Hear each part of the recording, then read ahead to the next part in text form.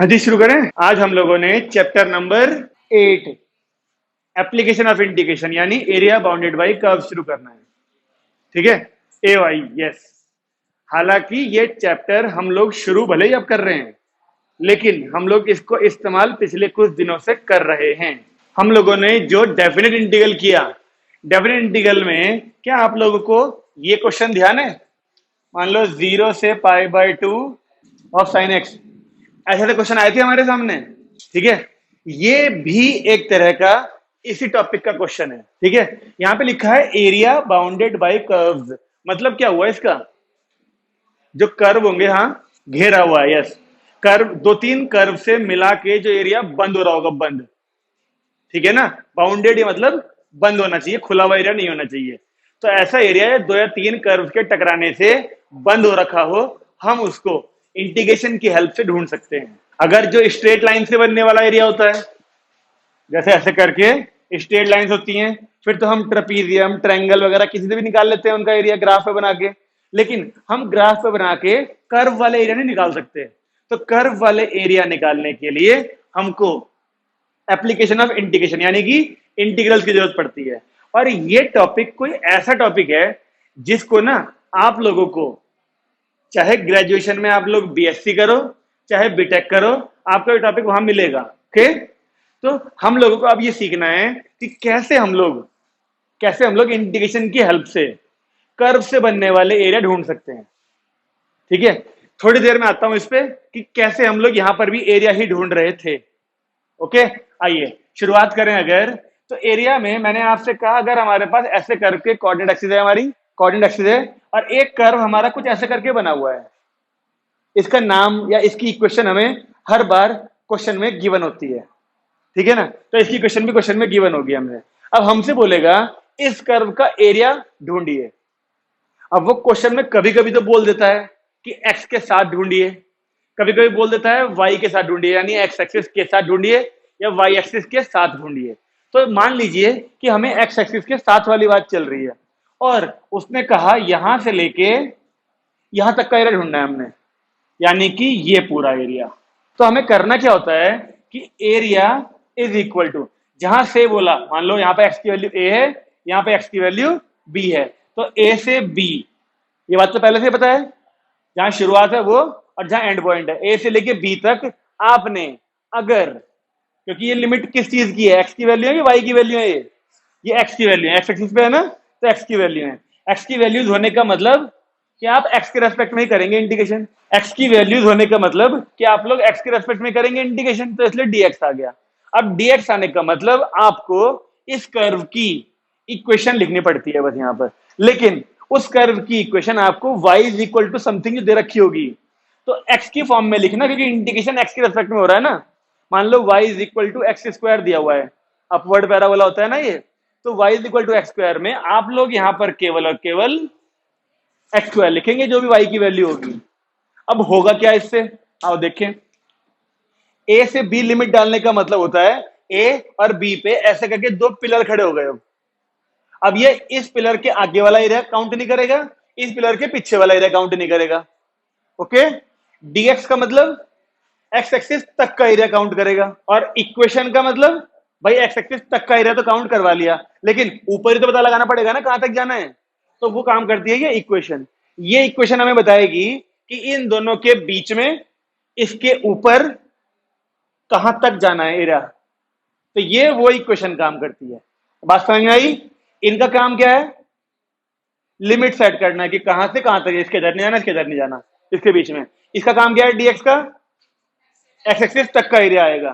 ठीक है, और एक्स स्क्वायर का काम क्या है कि एक्स एक्सिस के ऊपर कहां तक का एरिया आना है। अब सोचने वाली बात यह है कि अगर इस कर्व की इक्वेशन ऐसे करके थी, डिजाइन जो दिख रहा है ऐसे करके, तो आप देख रहे हो कि इस कर्व के नीचे नीचे का एरिया आएगा, ये कर्व जहां भी जा रहा हो, ये कर्व भले ना ऐसे करके भी होता ना, ऐसे करके भी, तब भी इस कर्व के नीचे नीचे यहां तक का, इन दोनों के बीच में इस सारा एरिया इंक्लूड हो जाता। अब मुझे सोच के बताओ, ये काम अब तक नहीं करा था क्या? जब से डेफिनेट इंटीग्रल शुरू किया है तब से यही काम तो कर रहे हैं। क्या कर रहे हैं हम? बस अंतर इतना है कि हमको इसी जगह से क्वेश्चन मिलता था, जबकि एप्लीकेशन ऑफ इंटीग्रेशन में इसके एक स्टेप ऊपर से मिलेगा क्वेश्चन हमको, क्योंकि ये इक्वेशन तो बनी हुई मिलेगी नहीं हमको, हमको इसके एक स्टेप ऊपर का क्वेश्चन मिलेगा बस, उसको फिर इस फॉर्म में लिखेंगे और यहां से फिर से हमारा क्या चालू हो जाएगा, डेफिनेट इंटीग्रल। कुछ अंतर नहीं है सिवाय किस चीज के, कि क्वेश्चन में कभी कभी तो वो केवल इक्वेशन बोल दिया करेगा, आपको ये मालूम होना चाहिए कि जो इक्वेशन दी गई है वो किस चीज की है बस।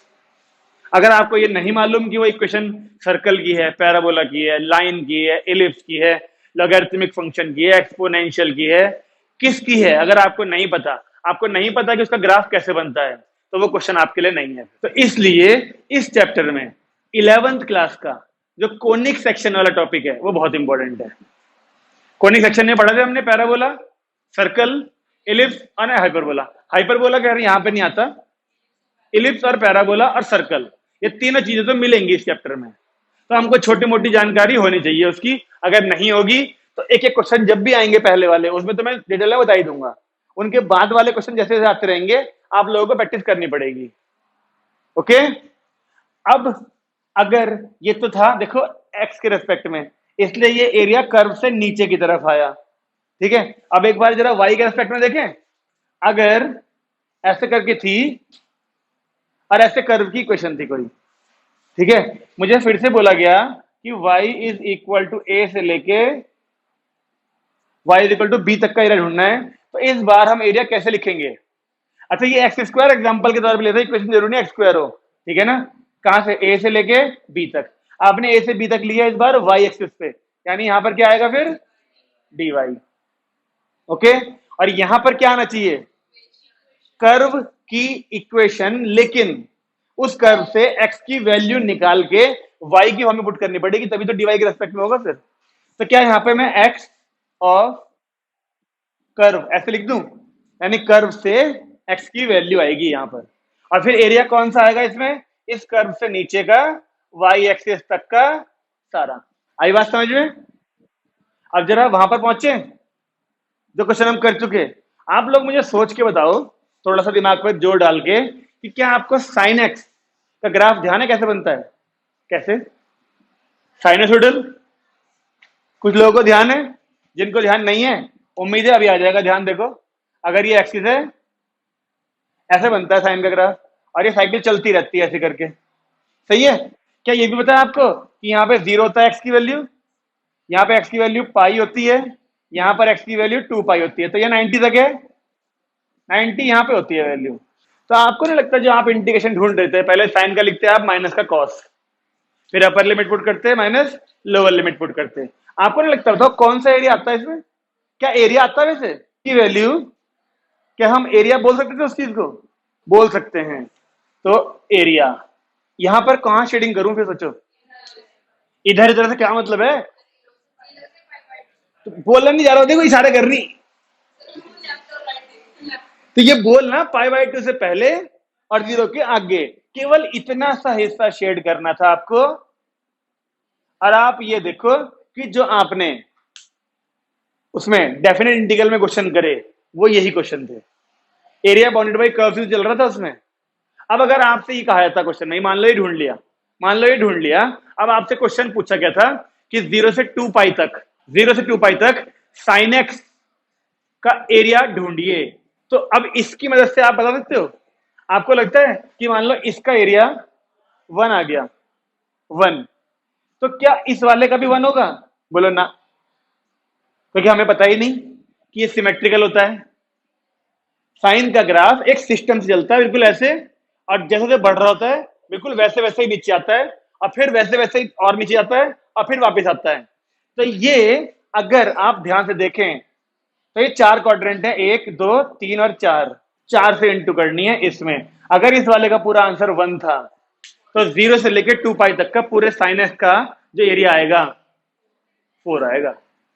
तो इस चैप्टर में बिल्कुल भी घबराने की जरूरत नहीं है, क्योंकि ये काम आप पहले भी करते आए हो, डेफिनेट इंटीग्रल में हम यही काम कर रहे थे, बस अंतर इतना है कि ये इक्वेशन बनी बनाई नहीं मिलेगी, हमें खुद लिखनी पड़ेगी लाइन ये वाली, बस हमें इससे ऊपर वाली लाइन मिलेगी लैंग्वेज में, मतलब इक्वेशन की इक्वेशन दे रखे होंगे कर्व की जो भी होंगी वो, और लिमिट दे रखी होंगी, बस बस वो हमें खुद लिखनी होगी ये चीज, और फिर सॉल्व करने वाला काम सारा हमारा। तो क्या ये बेसिक हमारा समझ में आया हमको, ठीक है, आगे बढ़ सकते हैं। मान लीजिए पहले क्वेश्चन में हमसे कहा गया find the area of circle. आप लोगों को ना आज तक ये नहीं पता होगा कि इलिप्स का एरिया क्या होता है, अब याद हो जाएगा। ठीक है, find the area of circle बोला गया हमसे और इक्वेशन बोल दी गई, देखो x square plus Y square is equal to 32। बस यूजिंग इंडिकेशन और बोल देगा। अगर यूजिंग इंडिकेशन ना बोला तो क्या करेंगे कुछ शातिर बच्चे? हाँ बता। यहां से आर निकाल लेंगे और पाई आर स्क्वायर से एरिया लिख देंगे, बस आएगा तो इंडिकेशन से भी वही, लेकिन वहां पे लिखा हुआ जरूर मिलेगा यूजिंग इंडिकेशन।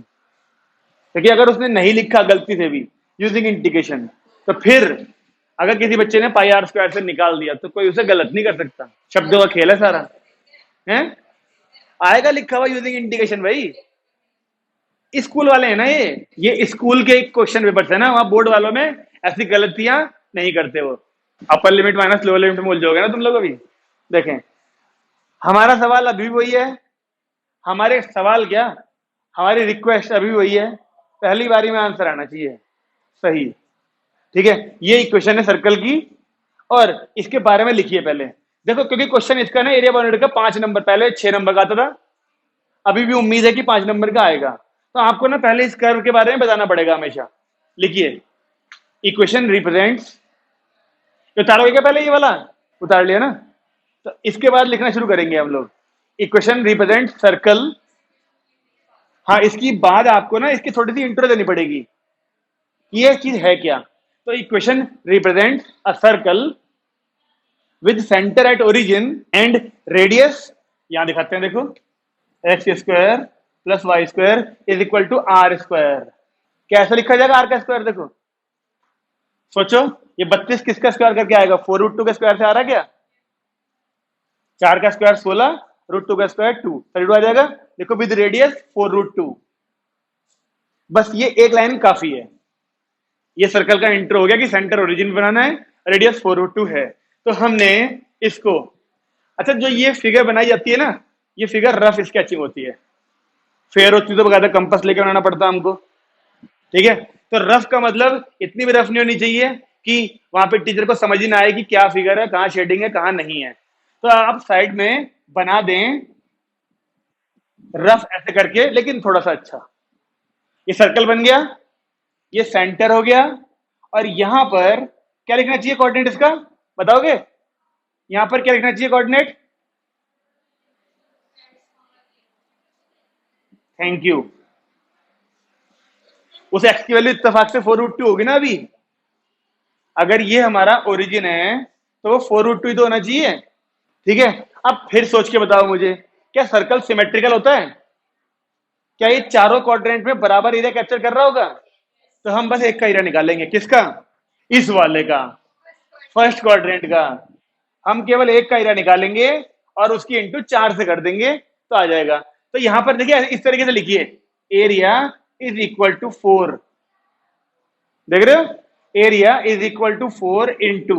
अब बताओ उस फर्स्ट वाले का एरिया कैसे लिखूं? यहां पर मैं पहले लिमिट डालें। अच्छा सोच के बताओ, आप लिमिट एक्स एक्सिस और वाई एक्सिस दोनों पे लेने के चांसेस इक्वल हैं, या 0 से π/2 सॉरी एक्स पे ली जाए लिमिट, या वाई पे ही ले सकते हैं? बस ये चेक करके देखो कि क्या जो एरिया रिक्वायर्ड है वो दोनों एक्सिस से जुड़ा हुआ है या किसी एक से जुड़ा हुआ है। क्या हो रहा है क्वेश्चन में? दोनों से जुड़ा हुआ है, वो एक्स से भी वाई से भी, तो लिमिट आप कोई सी भी ले सकते हो। लेकिन हम फिर भी कंफर्टेबल किस में होते हैं?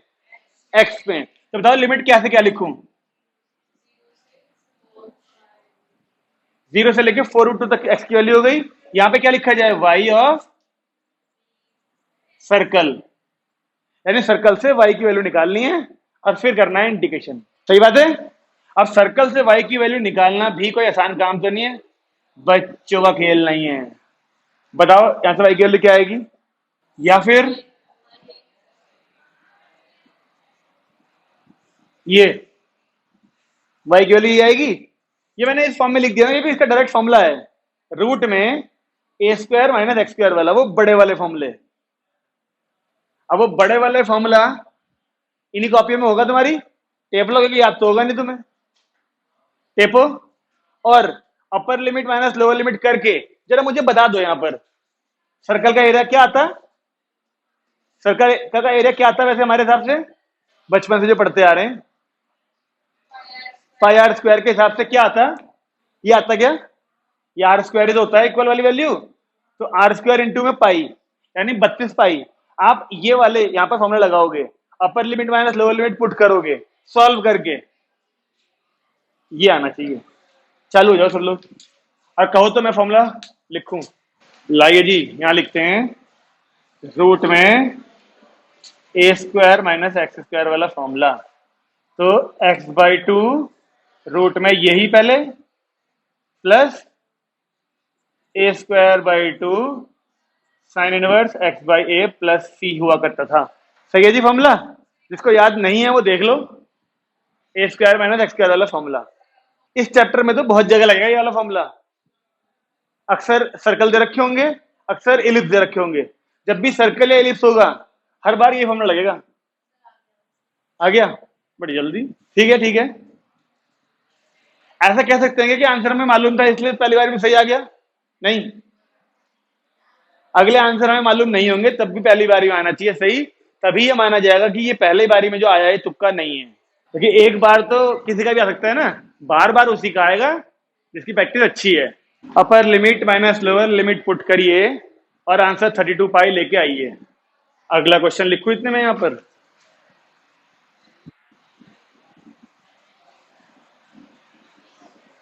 क्या कह रहे सर, पहला तो करा ही देते हैं क्वेश्चन पूरा, दोनों जने मिलके करोगे तुम। आ गया तेरा आंसर, दक्ष आ गया, जिनका पहला आ गया उनके लिए सेकंड इक्वेशन लिख दी मैंने, ये तो पता है किस चीज की इक्वेशन है, एलिप्स की इक्वेशन है। बच्चे कई बार ना, यहां देखो भाई एक बार, बच्चे कई बार ना ये लिखना भूल जाते हैं, देखो ये लिखता है सर्कल, हाँ पता है इतना लिखा और खत्म, 4 से इंटू करना भूल जाते हैं, या फिर किसी क्वेश्चन में 2 से इंटू करनी होती है वो भूल जाते हैं इस चैप्टर में, तो ध्यान रखना है इस बात का जरा।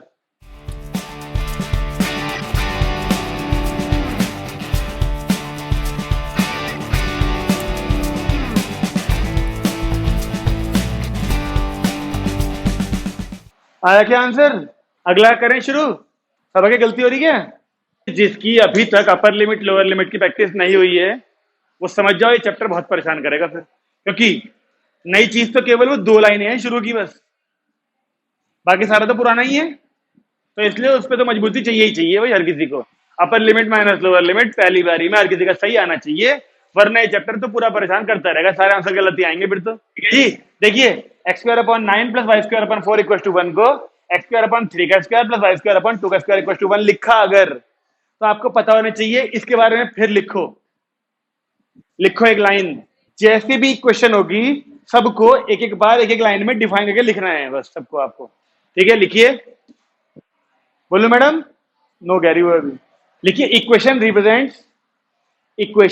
Represents with centre at origin, इसका सेंटर भी तो ओरिजिन पे ही है, एंड वर्टिसेस, क्या आपको ये बात ध्यान है, सुनो सुनो, क्या आपको ये बात ध्यान है, एलिप्स के अगर हॉरिजॉन्टल वाला एलिप्स है तो हॉरिजॉन्टल वाले वर्टिसेस ये दोनों ही काउंट करे जाते हैं, अगर वर्टिकल वाला एलिप्स होता है तो वर्टिकल वाले ही काउंट करे जाते हैं, और जो ये हॉरिजॉन्टल वाले हैं वो एक्स के नीचे वाली वैल्यू से ही मिलते हैं, एक्स के नीचे 3 का स्क्वायर लिखा है ना, यानी कि एक वर्टेक्स क्या हुआ इसका 3,0 और दूसरा वाला क्या हुआ -3,0 लिखो वहां पर, विद वर्टिसेस +-3,0 +-3,0 एक साथ लिख दिए, ओके।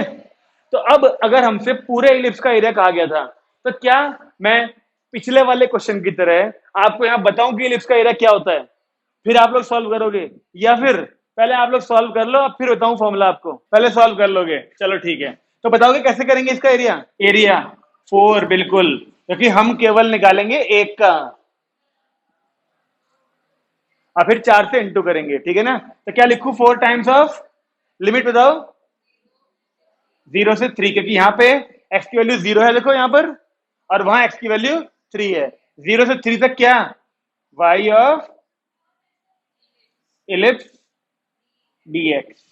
अब एलिप्स की इक्वेशन से y की वैल्यू निकालिए, फिर से रूट में आएगी वो, और फिर से यही वाला फॉर्मूला लगेगा इस बार, तो y की वैल्यू अगर मैं निकाल के दिखाऊं आपको, ये रहा y, ये गए माइनस में 1 माइनस, यानी रूट में 9 माइनस एक्स स्क्वायर और 4/9 रूट के बाहर, यानी कि 2/3। देखो ये आएगी वैल्यू, एक 2/3 बाहर आएगा और रूट के अंदर आएगा 9 माइनस एक्स स्क्वायर। खुद भी निकाल के देखो, क्योंकि हर बार तो मैं निकाल के दिखाऊंगा नहीं। ये y की वैल्यू निकालने के लिए आप पहले इस पूरे को उधर माइनस में भेजोगे, फिर उधर एलसीएम लोगे, फिर y का स्क्वायर हटाओगे तो रूट लगेगा, फिर 4 बाहर आएगा और 9 बाहर आएगा, तो वो 2/3 बन जाएगा रूट के बाहर आके। ओके, इसमें आसान है लगाना फिर भी फॉर्मूला पिछले वाले के हिसाब से। तो इसे 3 का स्क्वायर लिख लो, 3 का स्क्वायर माइनस एक्स का स्क्वायर, और लगाओ फॉर्मूला ये वाला। अब बताओ आंसर कितना आ रहा है इस बार। यस, आंसर 6 पाई आना चाहिए। अगर किसी को ऐसा लग रहा है कि मेरे से नहीं होगा तो बोल दो, मैं कर दूंगा एक क्वेश्चन, कोई दिक्कत नहीं है। Upper limit minus lower limit, थोड़ा टाइम भी तो लगेगा, कोई बात नहीं। आ गया, क्या बात है। छोटा है ना काफी ये वाला, पिछले वाले कंपेरिजन में वैल्यू आसान है। अरे दिखाऊं क्या करके। हाँ, एक्स की वैल्यू ये एक बार पुट होगी सारे में, पहले पूरे में, फिर एक माइनस लगाएंगे छोटा सा, फिर सारे एक्स की जगह पर ये पुट करते हैं। आ गया बाबा, क्या आया क्या? शगुन, प्रणव, कार्तिक आ गया, ऐश्वर्या आ गया। फॉर्मूला बताओ, फॉर्मूला कहीं छोटे से डब्बे में लिख लो, डब्बा बना के एक एरिया ऑफ इलिप्स। कन्याओं, एक छोटा सा डब्बा बनाओ यहीं शेप के आसपास कहीं, और लिख लो area of ellipse is equal to pi a b. ये है हमारा area of ellipse, pi a b, जिसमें देखो ए क्या है, एरा 3 और बी क्या है 2, तो 3 2 जा 6 और साथ में पाई। अब वही आ गया देखो, जैसे सर्कल का एरिया पाई आर स्क्वायर होता है, ऐसे ही इलिप्स का एरिया पाई ए बी होता है। क्या आपको लगता है सर्कल और इलिप्स में बहुत ज्यादा अंतर होता है? देखो जरा, ये इलिप्स है और ये रहा सर्कल। यहां देखोगे एक बार, ये हमारा इलिप्स है, ये सर्कल है। इलिप्स में ये वाली सेमी मेजर एक्सिस होती है, ये वाली सेमी माइनर एक्सिस, दोनों अनइक्वल होती हैं ये, जबकि सर्कल में ये दोनों इक्वल होती हैं। होता सर्कल में भी पाई ए बी ही है, होता सर्कल में भी पाई ए बी है, लेकिन उस टाइम ये ए और ये बी दोनों सेम होते हैं और रेडियस बन जाती है, इसलिए वो पाई आर इंटू आर की वजह से पाई आर स्क्वायर बन जाता है। लेकिन यहां पर वो दोनों अनइक्वल होते हैं, इसलिए वो पाई आर स्क्वायर ना बन के पाई ए इंटू बी रह जाता है बस। तो ये दोनों सेम ही तो है फॉर्मूले, ठीक है। तो सर्कल और इलिप्स दोनों के फॉर्मूले पता होने चाहिए आपको। आगे आंसर हमारा 6 पाई। आगे बढ़े, लिखिए एक और क्वेश्चन। जिन जिनके नहीं आ रहे उनको बहुत मेहनत करनी है अपर लिमिट लोअर लिमिट में भाई, वरना ये दोनों चैप्टर्स के मार्क्स चले जाएंगे आते हुए भी।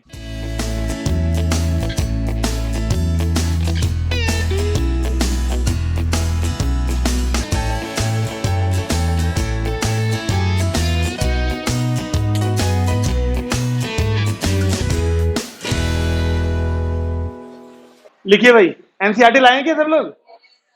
चलो एनसीईआरटी से कर लेंगे पहले। जरा मुझे बताओ अपनी एनसीईआरटी नई वाली जिसके पास हो। 8.1 है, पुराने वाली है। नई वाली है किसी के पास? चौथा पांचवा छठा सातवां, बस हमने देखो अभी चौथा पांचवा किया। देखो किताबें खोलो अपनी वाली जरा, मैं चौथा पांचवा क्वेश्चन अभी किया। देखो इलिप्स वाली तो है, नई वाली है, ठीक लगा रखे हैं तो मतलब ठीक है। चौथा पांचवा और 12वां 13वां वही है, चौथा और पांचवा और 12वां 13वां, जिसमें से हमने फोर्थ फिफ्थ अभी कर ली है, वो दोनों इलिप्स के क्वेश्चन है, वो हमने कर लिए हैं, ठीक है ना। अब 12वें 13वें में देखो, जो 12वां है ना वो सर्कल का है। देखो लिखो क्वेश्चन। अगर हम बात करें एनसीईआरटी की एक्सरसाइज 8.1 के 12वें क्वेश्चन की, तो उसमें एक ही क्वेश्चन दे रखी है, x square plus Y square equal to क्या है 4। एक तो ये इक्वेशन दे दी, क्या चीज है ये? सर्कल। क्वेश्चन पता क्या बोला? क्वेश्चन बोल रहा है area lying in the first quadrant, okay, and bounded by the circle and the lines x is equal to 0 and x is equal to 2।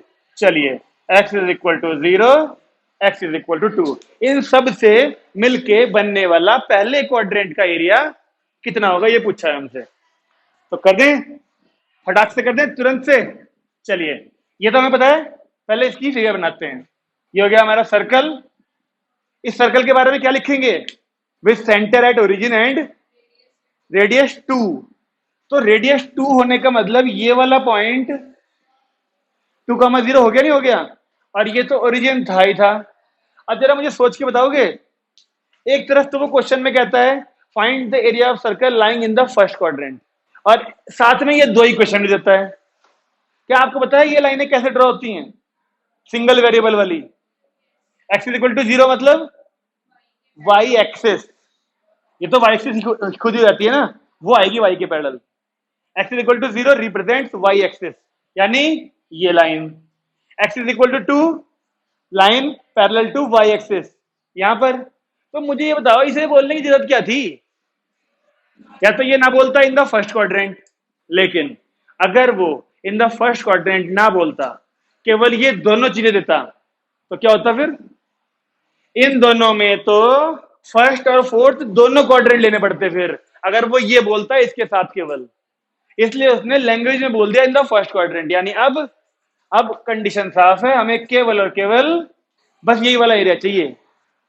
Okay, तो एरिया बताइए क्या आएगा? 0 से 2, वाई की वैल्यू क्या आएगी यहां से? dx। क्या आना चाहिए area? Pi r square, radius है 2, उसका स्क्वायर 4, यानी 4 पाई आता पूरे सर्कल का। और एक क्वाड्रेंट का 1/4 हो जाना चाहिए, फिर 4 पाई का 1/4 जो है वो पाई आना चाहिए सॉल्व करके। जल्दी से सॉल्व करो, और केवल पाई आना चाहिए आंसर। कहीं ऐसा तो नहीं है मुझे ही करना पड़ेगा एक बार तभी करेंगे सब? ऐसा लग रहा है ना बच्चों वाले क्वेश्चन चल रहे, बच्चों वाले। आ गया पाई आंसर? ये आपने पहले क्यों नहीं कराया? चलिए, ये था 12वां 8.1 का। अब इसी के बाद कहा जा रहा है कि 13वां भी है ना? वो पढ़ो जरा इस बार, क्या बोला देखो 13वें में। चलो, इलिप्स दिख रहा है इसे 13वें में। बोलिए इक्वेशन। और y इक्वल टू 3,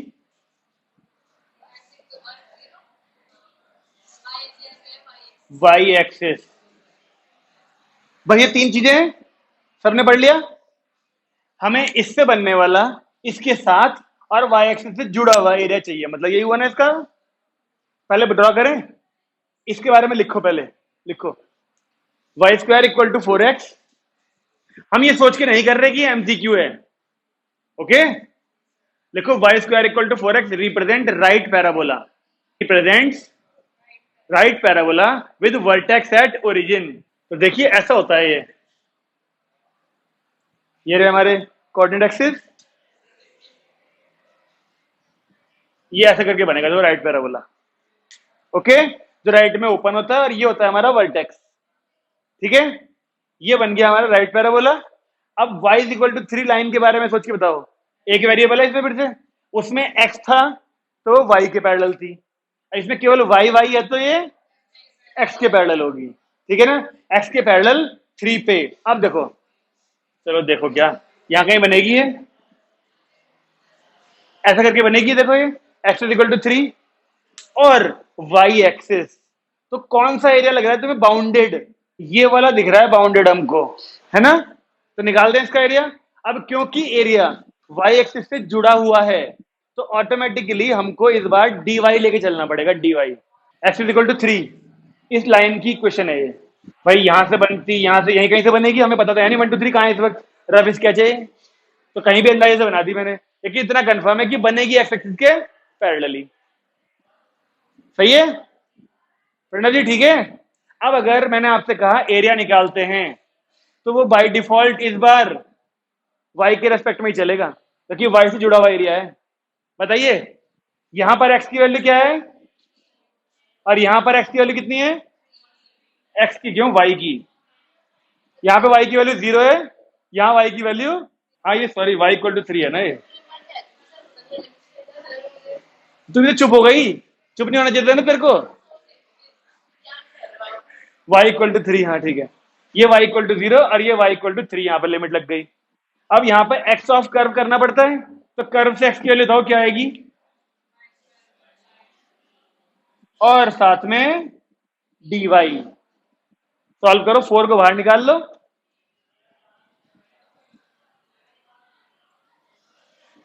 छोटा सा आंसर आएगा देखो एमसीक्यू में, फिर मैच कर लेंगे। वाई क्यूब अपॉन 3 यहाँ 12 हो जाएगा, 27/12 है 9/4, 27/12 यानी 9/4। तो बी वाला ऑप्शन हो जाएगा सही। फिर आसान सा है। तो मैडम सिंपल वाला इंटीग्रेशन नहीं हो रहे क्या? आगे बढ़े। तो एनसीईआरटी के हिसाब से इस वाले सिलेबस की बात करें तो केवल 8.1 में 4 क्वेश्चन थे।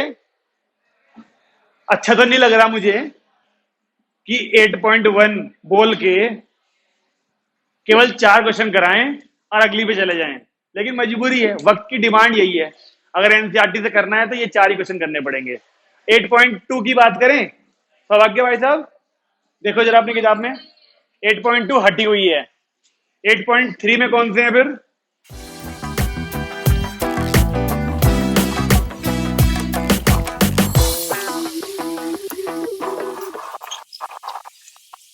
हाँ तो भाई सौभाग्य जी जरा बताएंगे कि मिसलेनियस में कौन कौन से नंबर करने हैं? 1 और 4, 5, 16 और 17। 19 भी है? अच्छा, 5 करने हैं बस, देख लो। 4 उसमें थे और 5 यहाँ एनसीईआरटी में ये बचा है। खैर चलो पहला क्वेश्चन देखते हैं, किताबों में होगा आप लोगों के पास। किताब की हालत थोड़ी सी खराब है। y इज इक्वल टू, हाँ, x is equal to 1, x equal to 2, इन सब से बनने वाला एरिया ढूंढना है। अब ये बताइए कैसी इक्वेशन होती है, किस चीज की इक्वेशन होती है? पैराबोला। जब इक्वेशन में एक जगह पे स्क्वायर मिलता है तो एक्स के ऊपर या वाई के ऊपर, तो वो पैराबोला होता है। लेकिन कौन सा पैराबोला? ऊपर वाला। X square equal to 4ay वाली फॉर्म है, लिखो। X square equal to y, x square equal to y represent upward parabola with vertex at origin. ठीक है, इनके बारे में भी लिख दो। अगले लाइन में लिख दो x is equal to 1 comma x is equal to 2 are lines parallel to y axis. भाई इतना काफी है। अब ड्रॉ करते हैं, चलिए। तो एक तो हो गया हमारा अपवर्ड पैराबोला, ऐसे x is equal to 1 line होगी कहां? y के पैरेलल। ऐसे बना लूं, x इज इक्वल टू 1 यही कहीं होगी, x इज इक्वल टू 2 थोड़ा सा और आगे होगी। बोलिए अब। और x एक्सिस कौन सा एरिया चाहिए होगा, सोच के बताओगे जरा। जो इससे बन रहा हो, इससे इससे सबसे मिलके बन रहा हो, क्या ये वाला? यही एक एरिया ऐसा है जो x एक्सिस जुड़ा हुआ है, पैराबोलॉइड को टच कर रहा है और इन दोनों के बीच में है। सब सहमत हैं? चलिए बताइए फिर एरिया के लिए इक्वेशन क्या लिखूं? 1 से 2। सहमत है सब लोग? और यहाँ पे dx करेंगे कि dy? dx, क्योंकि x की साथ ही तो है। यहाँ पर क्या लिख लीजिए इक्वेशन फिर, क्योंकि y की वैल्यू निकालनी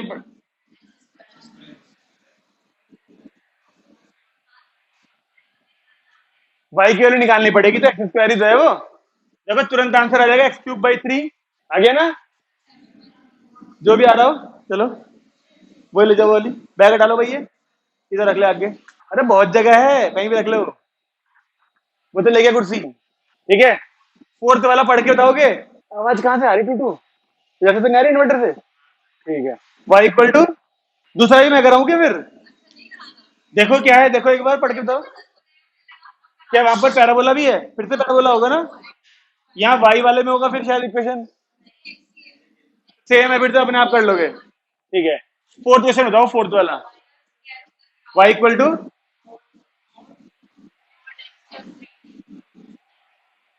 कॉमा, हाँ,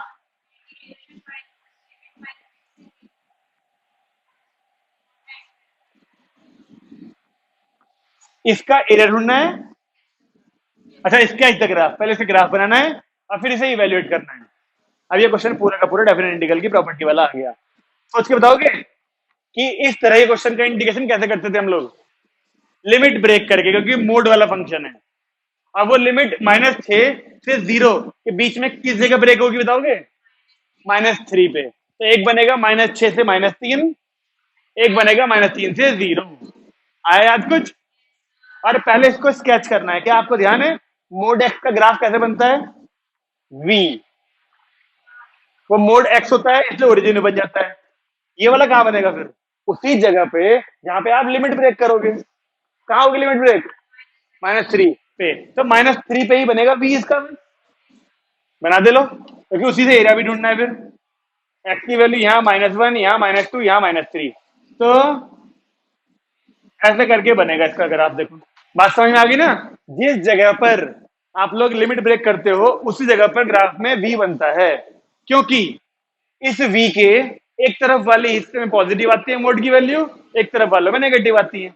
ये वही तो ब्रेक इवन पॉइंट होता है जिससे पॉजिटिव वाली अलग और नेगेटिव वाली अलग हो जाती हैं। तो अब ये वाला पार्ट तो हो गया, ये वाला पार्ट तो हो गया। लेकिन सोचने वाली बात यह है कि इसकी इक्वेशन को, मतलब क्वेश्चन मिले कि ग्राफ स्केच करो, तो क्या सीधे ये बना दोगे? हजम नहीं होगी बात ये वाली।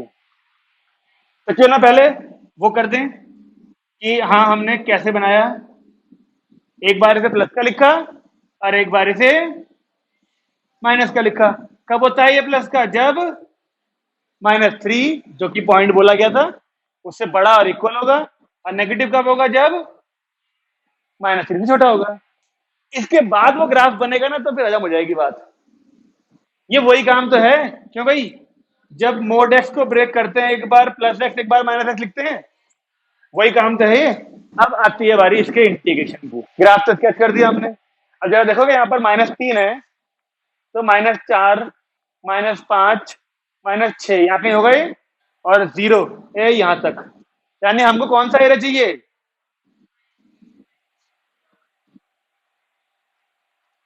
चेक करो देखो, इस इंटीग्रल में जो लिमिट लगी हैं उनके हिसाब से वो बोले या ना बोले। हमें तो पता है ना कि जब अंदर इक्वेशन लिखी हो और बाहर लिमिट लगी होती है तो हम क्या ढूंढ रहे होते हैं? एरिया। तो हमने इसमें शेडिंग कर दी इस वाले के हिसाब से, क्योंकि जब इसकी वैल्यू मिलेगी वो एरिया होगा और यहां से लेके यहां तक का सारा होगा वो। इस बार उसने थोड़ी बोला कि इवेल्युएट दी एरिया, उसने बोला बस इवेल्युएट। लेकिन हम जानते हैं कि डेफिनेट इंटीग्रल की लिमिट लगी हुई इक्वेशन वाले को एरिया ही निकलता है। ठीक है, तो इसके एरिया के लिए क्या करना पड़ेगा आपको?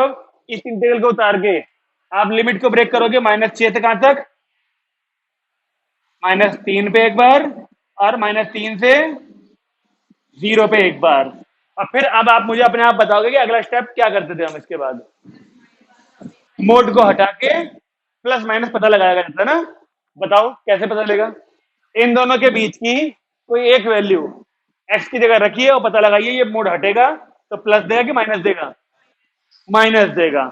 तो इस वाले मोड को हटा के बाहर माइनस लगा देंगे और इंटीग्रेशन कर देंगे। ऐसे ये फिर पॉजिटिव दे रहा होगा। इन दोनों के बीच की कोई वैल्यू एक्स की जगह रखने पर मोड हटा के प्लस लगा देंगे और दोनों का इंटीग्रेशन कर दो। जितने क्वेश्चन हमने डेफिनेट इंटीग्रल में किए उनके सामने तो बच्चों वाला क्वेश्चन है, बच्चों वाला भी नहीं है। हमने तो इससे कई भयंकर भयंकर किए थे। तो ये बोर्ड साफ कर दूं, अगला क्वेश्चन पढ़ेंगे फिर हम।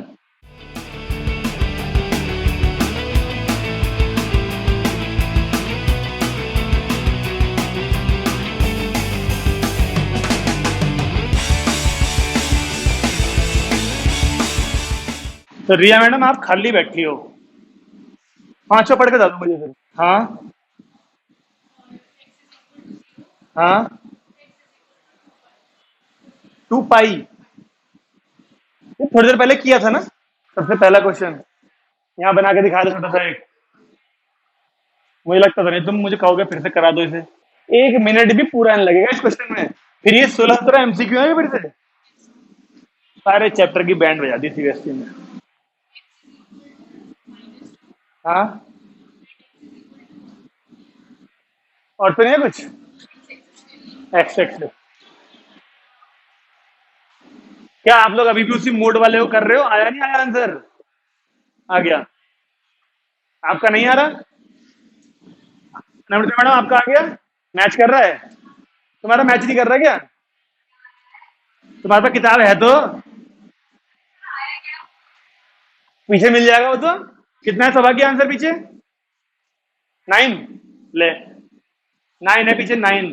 27 आ रहा है। बस 3 गुना आ रहा, 3 गुना तुम्हारा, 3 टाइम्स है। 27 ही आ रहा है। लो, आ गया। तेरा भी 27 ही आ रहा है।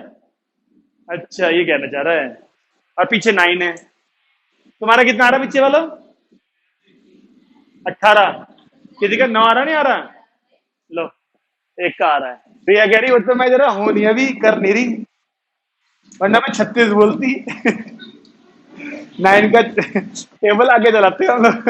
18 बोल दिया, 27 बोल दिया, 36 बोलना रह गया, तो ये भी पॉसिबिलिटी है। हाँ, क्या सारी क्लास निकाल लोगे क्या? इन्हीं 4-5 में निकाल दोगे क्या? जल्दी कर लो, अगला कर लेंगे फिर।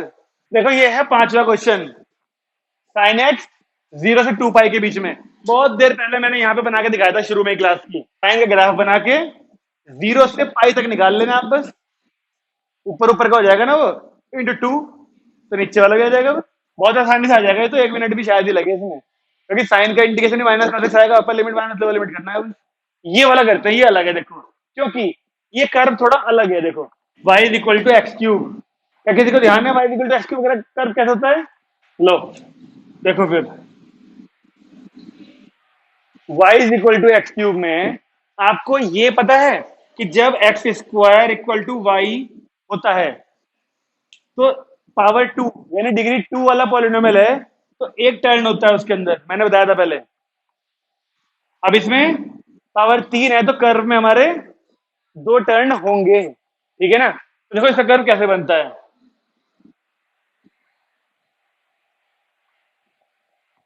y equal to x cube ऐसे होता है कर्व।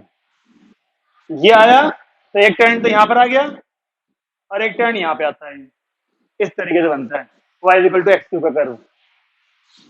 नॉर्मली यूज नहीं होता है, इसलिए थोड़ा सा नया है, ध्यान रखना पड़ेगा आपको।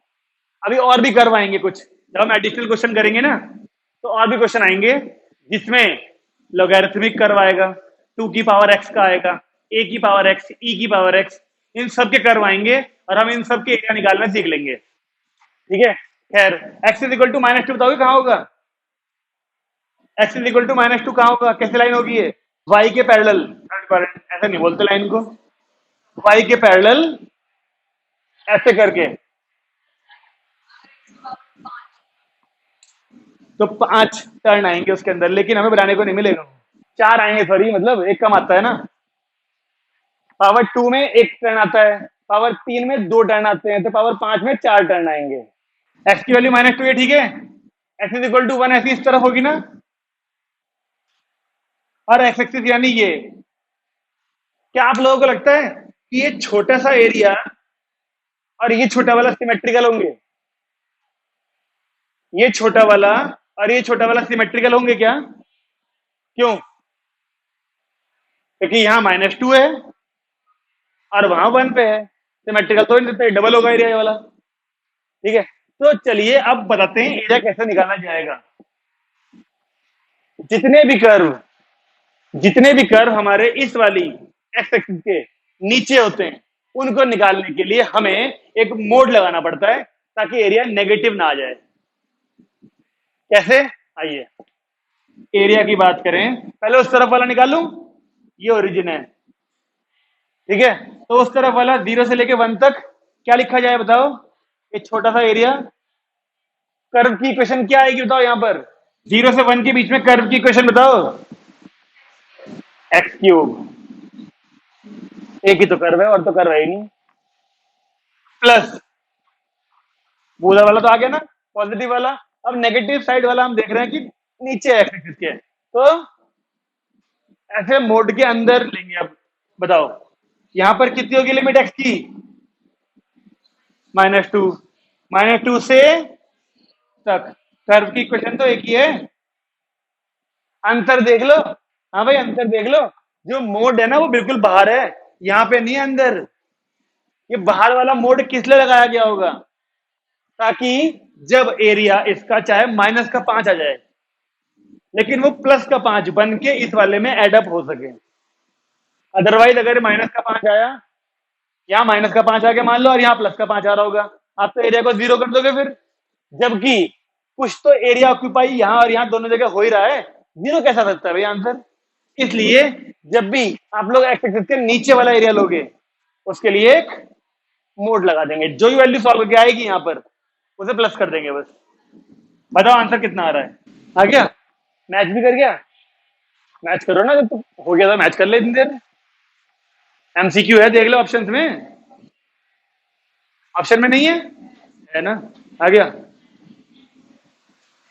यानी छुटक पुटक तो तुमसे हो जा रही, जो क्वेश्चन रूट में आ रहे ना वो ए स्क्वायर माइनस एक्स स्क्वायर वाले, वो होने में समस्या आती है तुम्हारी, तो प्रैक्टिस कर लो सब लोग उसकी।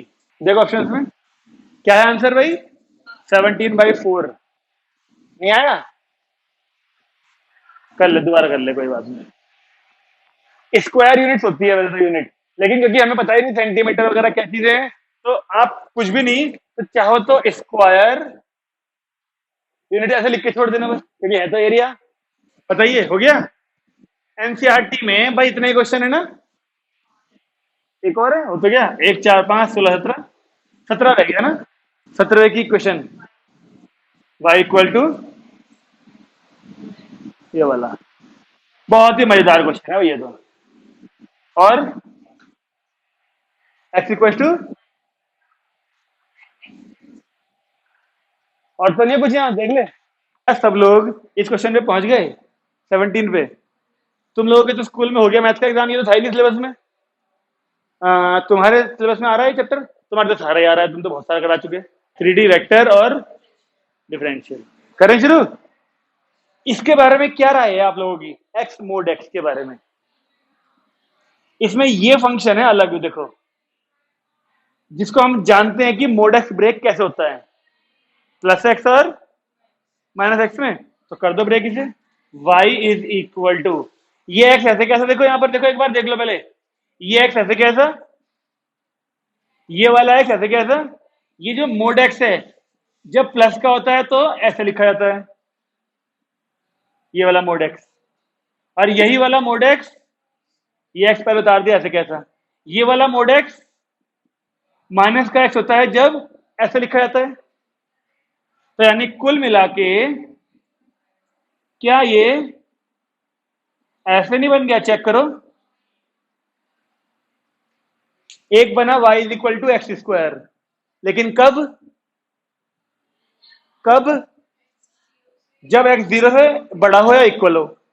और एक बना y is equal to minus का एक्स स्क्वायर, लेकिन कब, जब x नेगेटिव हो। आई बात समझ में?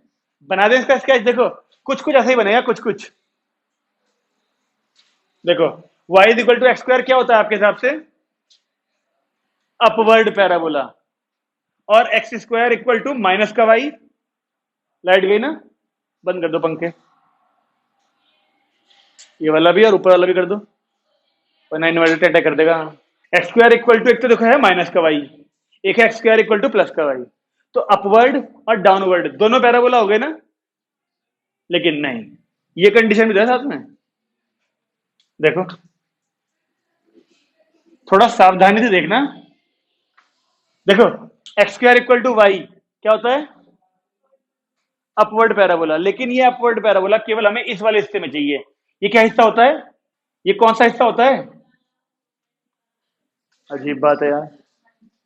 एक्स पॉजिटिव कहां होता है, उस तरफ राइट साइड में, केवल केवल राइट साइड में हमें ये चाहिए। यानी ये पूरा आता है ना ऐसे करके, अगर इस तरफ आ जाता तो यहाँ पे एक्स नेगेटिव हो जाती है, तो यहां आ नहीं सकता है। सही है? अब नंबर आया x square equal to minus y का, डाउनवर्ड पैराबोला, लेकिन एक्स नेगेटिव होने पर अब वो ऐसे बनता पूरा, लेकिन इस तरफ आ नहीं पाएगा, क्योंकि यहां पर एक्स क्या होता है, पॉजिटिव, इसे तो केवल नेगेटिव वाला चाहिए, है ना। बढ़िया करो, ये वाला यहां तक आएगा, उधर नहीं जा सकता क्योंकि उधर पॉजिटिव होता है एक्स। ये वाला यहां तक जाएगा, इधर नहीं जाता कि इधर एक्स नेगेटिव होता है, तो ये बना। अच्छा अब एक्स की वैल्यू -1 और एक्स की वैल्यू +1, ऐसे। तो यानी इस बार भी तो एरिया ये वाले हैं दोनों, लेकिन इस बार ये सिमेट्रिकल होंगे, इक्वल होंगे दोनों, क्योंकि ये भी 1 पे है और ये भी -1 पे है, दोनों की कर्व की इक्वेशन सेम है। तो एक का निकाल लो और 2 से इंटू कर दो, आपको इस तरफ वाला निकाल के मोड में करने की जरूरत नहीं पड़ेगी। ठीक है ना? तो ये बढ़िया बात है इस क्वेश्चन की। है क्या आंसर? तुमने देखा जितनी देर लगनी थी ना क्वेश्चन में, इसे बनाने में लगी, बस एरर तुरंत निकल गया। तो एनसीईआरटी के इतने से ही क्वेश्चन बचे हैं, 5 इस एक्सरसाइज के और 4 पहले वाली के, 9 क्वेश्चन। पता नहीं कौन सा एग्जाम्पल बचा है, कौन सा नहीं बचा, लेकिन कुल मिला के हमने एनसीईआरटी खत्म कर दी भाई, एरिया बाउंडेड की। कुछ ही मिनटों में एनसीईआरटी खत्म हो गई। आ गया? हटा दो ना इसको।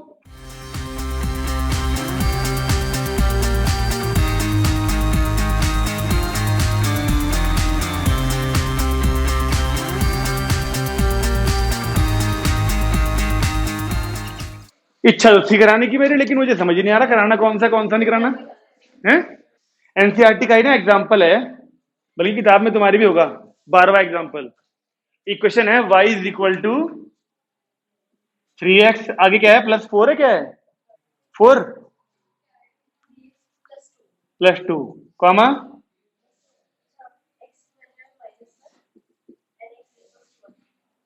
इन सबसे बनने वाला एरिया ढूंढना है। ठीक है, अब क्या समस्या है कि हमको इस लाइन के बारे में नहीं पता है कहां कहां से जाएगी। तो इस लाइन का पहले हमें एक फेयर स्केच बनाना पड़ेगा, फेयर स्केच। और फेयर स्केच कैसे बनते थे लाइन के? बॉक्स बना के पता लगाओ कहां कहां से जा रही है। एक बार x की वैल्यू 0 डालते हैं, एक बार y की 0। x की 0 डाली तो 2 आ गया, y की 0 डाली तो -2/3 आ गया। मिल गया पॉइंट? इनको तो ड्रॉ कर ही लेंगे हम। ठीक है ना? तो इसको देखें कहां से जा रही है ये लाइन। 0,2 यहां कहीं होगा और -2/3,0 यहां कहीं होगा ये। ठीक है जी, यानी ये ऐसी लाइन है कुछ।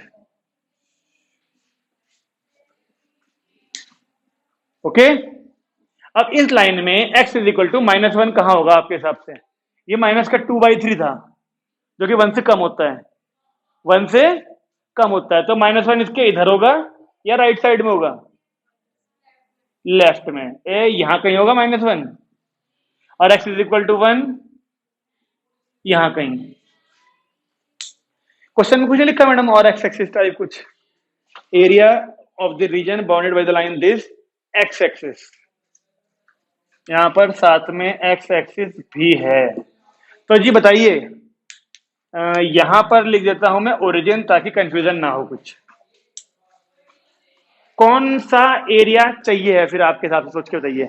इससे इससे इससे इससे मिलके बनने वाला एक तो ये होना ही होना है, ये वाला छोटा सा, और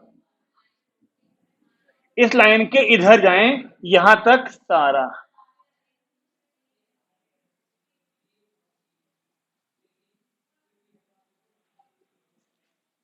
चेक करिए, -1 से +1 और लाइन और एक्स एक्सिस से मिलके बनने वाले यही सारे एरिया हैं।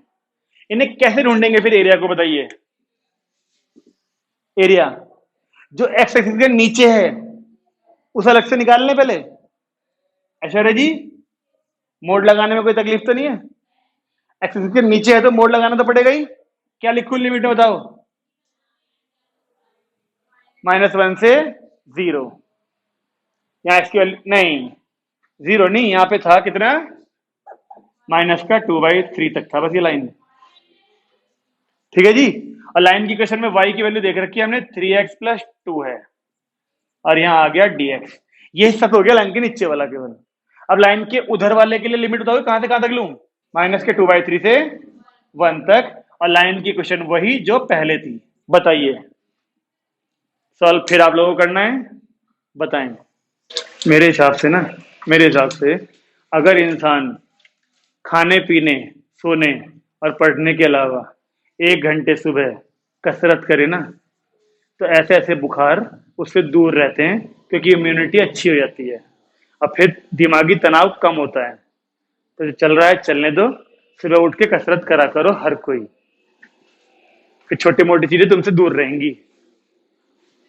बाकी जो होना है वो तो होना ही है। 30 दोनों को सॉल्व करके 13/3 केवल एक का ही आया, किसी और का भी आ रहा है? 13/5 केवल 5, यानी 15/3 आ रहा होगा तेरा, फिर काट के 5 आ गया, 30/6। ये पीछे मैच करा तुमने, यही है? गलती ढूंढो भाई तुम लोग।